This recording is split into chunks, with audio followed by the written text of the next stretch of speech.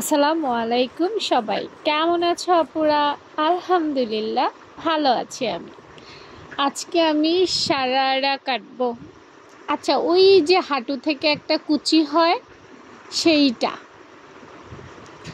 তো এটা 12 বছর বয়সী একটা বাচ্চার জন্য করব। তো এই কাপড়টার পানা মোটামুটি ভালো ছিল।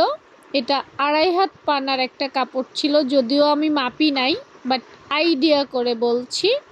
দেখো, পাশে অপর্যাপ্ত পরিমাণ কাপড় রেখে দিয়েছি, পুরাটা নেই নাই। এখানে 2 গজ পরিমাণ কাপড় আনছি, তো লম্বা মোটামুটি আমার হয়ে যাবে। আর প্রিন্টটা দেখো, খাড়া খাড়া প্রিন্ট। হ্যাঁ, তো এটাকে খাড়াই কাটতে হবে। আমি অনেক সময় দেখা যায় এইসব সালোয়ার বানাতে গেলে আড়া কাটি, মানে পাশে কাটি, কারণ পাশে লম্বা থাকে তো ভালো হয়। কিন্তু এটার প্রিন্টটা এমনভাবে দিছে, এভাবে যদি না বানাই তাইলে ভালো লাগবে না। তো 12 বছর বয়সী বাচ্চার জন্য আমি হাই নিলাম 12 ইঞ্চি। আর হাঁটুটা দেখো, হাঁটুটা 28 ইঞ্চির মধ্যে নিছি, এবং রানের মাপটা প্রায় 8 ইঞ্চির মধ্যে নিছি। মানে একটু ঢিলে ঢালাই হবে, ফিটিংস এগুলো ভালো লাগবে না।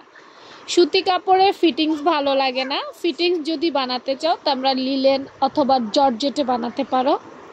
এটা বাসায় পড়বে বাচ্চা, ঢিলে ঢালা না হইলে কিন্তু সে উঠবস করতে পারবে না, সালোয়ার ছিঁড়ে যেতে পারে, সেজন্য রাফ ইউজ করা আর কি। আর এই সালোয়ারটার টোটাল লং হবে 35 ইঞ্চি। তো দেখো, হাই কেটে ফেললাম, নিচের অংশটাও কেটে ফেললাম, হাঁটু পর্যন্ত প্লাজোর মতো করে, বাকিটা কুচির কাপড়। উপরে অংশটা বের করে ফেললাম। হ্যাঁ, এখন এখানে একটা ভাঁজ লাইন আছে, ভাঁজ লাইনটা কেটে নিচ্ছি।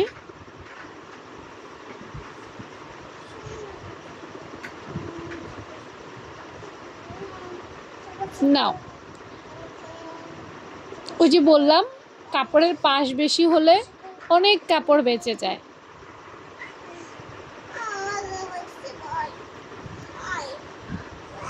আর একটু বেশি কাপড় আনলে হয়তো আমার একদম উপরেরটা নিচেরটা দুইটাই হয়ে যেত।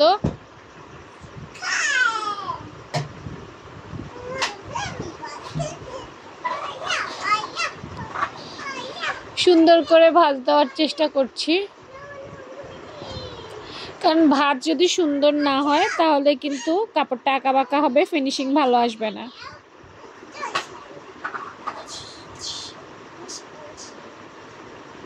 একদম সমান করে হয়েছে, দেখছো? হ্যাঁ, এরপর কুচি দিয়ে জাস্ট এখানে বসবে। কত সহজ সারারা কাটিং।